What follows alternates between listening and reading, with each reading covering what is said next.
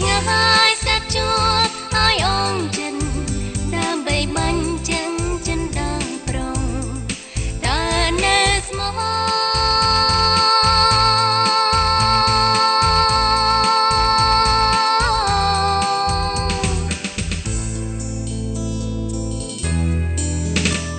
បើពិតនឿយណាយកុំលាក់បាំងអីស្រដីប្រាប់ត្រង់មកចង់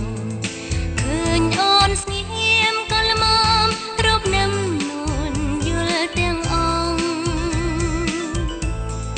អូនសុំរើញថាតើបងដាច់ចិត្តមិនមាននឹកអើឡើយអើឡងលែងស្ម័គ្រស្មងអូនស៊ូកាត់ចិត្តលែងនឹកទៀតមកពីឆ្ងាយ